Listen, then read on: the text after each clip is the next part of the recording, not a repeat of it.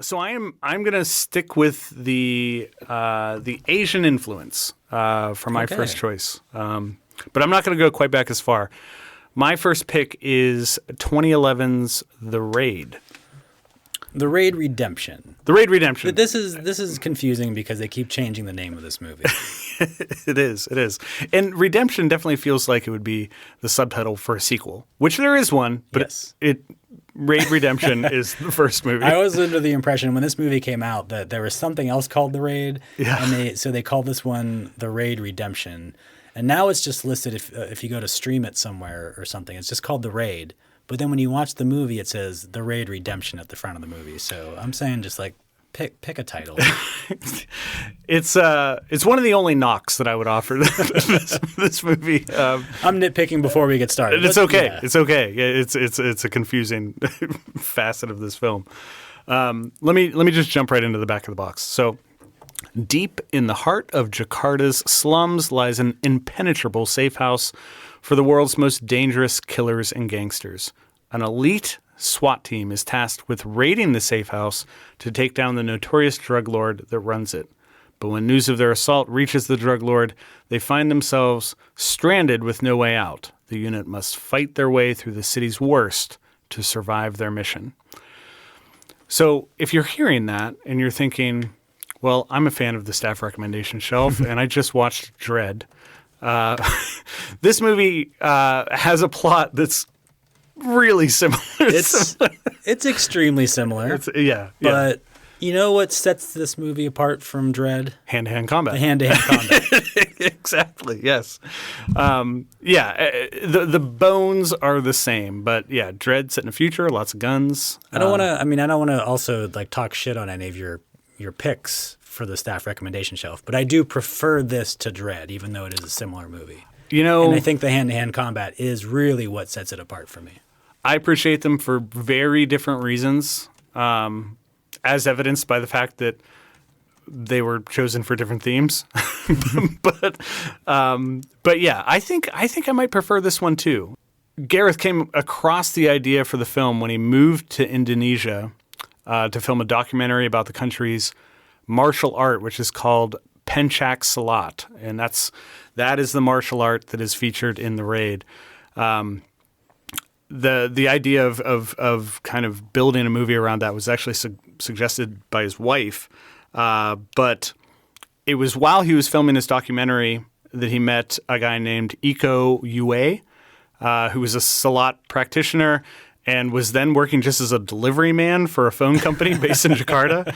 He was just like doing it on the side. Yeah, and Edwards cast Iko Uwais for Marantu and then The Raid. So he is the star of The Raid, the guy who was just a delivery man who happened to practice this martial art. Not an actor. Wow. Yeah, pretty amazing.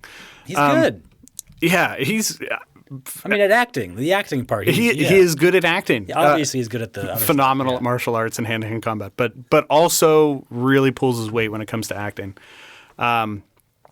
So we already talked about the fact that this is very similar to Dredd. The back of the box sums this up well. The good guys are at the bottom of the apartment building. They need to get to the top. But similar to Dredd and what you mentioned with Lady Snowblood, there is a little bit of gunfighting in perhaps the first 20 minutes of The Raid, but this is a hand-to-hand combat movie. It's almost like there's a line of demarcation between gun movie and then all of a sudden it's no longer a gun movie. Right. In fact, I think this is the movie for me that really kind of fits with that definition of hand-to-hand combat, where there comes a point where guns and grenades and projectile weapons aren't going to do the trick, and you just need to resort to some hand-to-hand combat, and that definitely happens in The Raid. Is it maybe when they reach a certain floor even? It is. I think so. Well, they run out of bullets. So they have to use their kung fu. They have to use their kung fu. There are some machetes in this movie, but which qualifies. Definitely qualifies. Here's something that's wild. This movie was made for $1.1 million. Wow. That's a value. It is. Production dollars definitely go further in Indonesia than they do in the U.S., but it's still unreal that this was made on such a small budget. But yeah, apart from just the filmmaking and the stunts, the acting really is good. All of that dovetails pretty nicely into why I chose this. It really comes down to the way the action is shot. The fact that you're able to see these fights unfold, and the hand-to-hand combat in this movie unfolds over minutes at a time. It's not just like quick fights. There's segments where it's like 5-10 minutes of straight fighting. Yeah, guys are getting back up and taking a minute and then getting back into the shit. It is, yeah. And the fact that the action is easy to follow just makes it easier to appreciate. And so I really love that about this. Like I said, no quick cuts here. But the fights themselves, in addition to just being shot well, they're really gracefully choreographed. I think it's a real feat just considering how fast this style of martial arts is. It's kind of hard to believe when you watch this that the actors aren't getting hit or injured when they're engaged in combat. It looks really real. So yeah, it's just a joy to watch, especially if you appreciate martial arts and the way these guys work together. Now, was this or did this become a martial arts team, like a group that started doing things?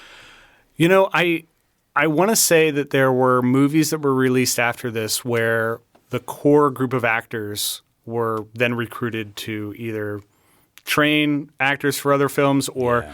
I think it was kind of like this is the stunt team for this movie. The Raid, they called themselves like the Raid players or something like that. It's funny you say that because J.J. Abrams actually recruited these guys to be featured prominently in a scene in The Force Awakens.